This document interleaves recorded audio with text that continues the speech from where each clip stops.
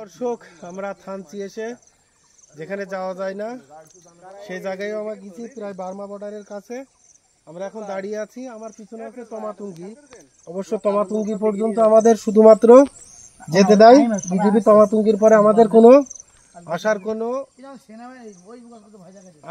আদেশ নেই আর কি। তারপরে আমরা চলে এসেছি, কি আর করবো, ঘোরার আশায় এত সুন্দর রাস্তা দিকে আমরা করতে পারিনি।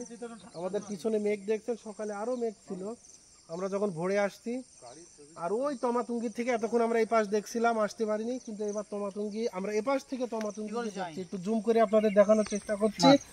জুম করলে দেখতে পাবেন ওই যে তমাতুঙ্গি, তার সোজাসুজি এই পাহাড়টা। আমরা তমাতুঙ্গি থেকে এই পাহাড়টা যদি বলা হয়, এটাকে বলা যায় মূলত আপনার কেওকারাডাং পাহাড় আছে আমার এই পিছনে। আর আমার এই পাশে আছে তাজিংজং পাহাড়, ওই পাশটাতে তাজিংজং পাহাড় আছে।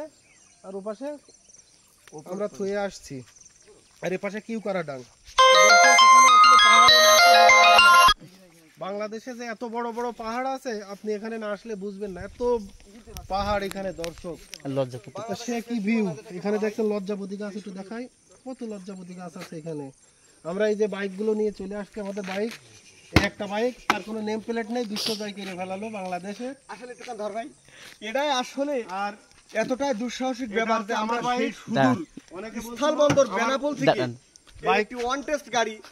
ভাই আপনাকে আমি আপনার নেম প্লেটটা দেখানোর জন্য অনুরোধ করছি যে আমরা সেই সুদূর বেনাপোল থেকে ওয়ান টেস্ট গাড়ি নিয়ে আমরা চলে এসেছি বাংলাদেশের শেষ সীমানা।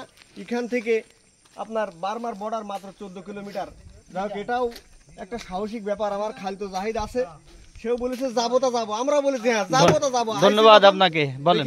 দর্শক, এটা হচ্ছে আমার গাড়ি। আমার গাড়িটা অনেক পুরনো হয়ে গেছে। তবে আপনাদের একটা কথা বলি দর্শক, পাহাড়ে গাড়ি কোনো বিষয় না। আপনারা মনে করেন দামি গাড়ি লাগবে, ভালো লাগবে, আসলে মেন হচ্ছে ড্রাইভার সাহস।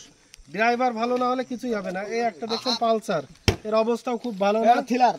থ্রিলার, এটার একটু শক্তি বেশি। ওপাশেও আছে ফেজার। তো দর্শক, এখানে আসলে গাড়ি কোনো বিষয় না, আপনি সাহস আর দক্ষ ড্রাইভার হলে চলে আসতে পারেন। আর ওই পাশটা দেখছেন মেঘ এখনো দেখা যাচ্ছে। দর্শক, আমি আরেকটি কথা জানাতে চাই। আমার এই গাড়িটা একটু চকচকা দেখে আমার খালাতো ভাই জাহিদ সেই খাগড়াছড়ি থেকে যখন আমরা সাজেকের পথে যাই, সেই থেকে আমার পিছনে এই যে হাতি তুলে দিয়েছে একটা করে। আর আমি সেই সাজেকের পাহাড় জয় করে এখন এই বাংলাদেশের শেষ সীমানা তমাতুঙ্গি পার হয়ে বারবার বর্ডারের দিকে চলে গিয়েছিলাম। যাক, এটাও একটা খুব ভালো ব্যাপার যে আমরা জীবনে প্রথম এই বাইক ট্যুরে এসে এই বাইক নিয়েই এতগুলো পাহাড়ের রাস্তা জয় করেছি। তবে দর্শক, একটা শেষ কথা বলবো, আপনারা বাইক ট্যুরে আসলে চেষ্টা করবেন সিঙ্গেল আসার। একজন আসলে আপনার কোনো কষ্ট হবে না, গাড়িরও প্রেশার পড়বে না। এটা আপনারা বারবার মাথায় রাখবেন, বাইক ট্যুরে সিঙ্গেল আসবেন। এই অন্তত পাহাড় থানচি সাজেক বলেন, অবশ্য সাজেকের থেকে এখানে অনেক উঁচু উঁচু পাহাড়। আপনাদের কাছে অনুরোধ, আপনারা যখন আসবেন বাইকে সিঙ্গেল আসবেন। তো দর্শক, শেষ করছি, সকলে ভালো থাকবেন, সুস্থ থাকবেন এবং ভিডিওটি শেয়ার দিয়ে সকলকে দেখার সুযোগ করে দেবেন। আল্লাহ হাফেজ।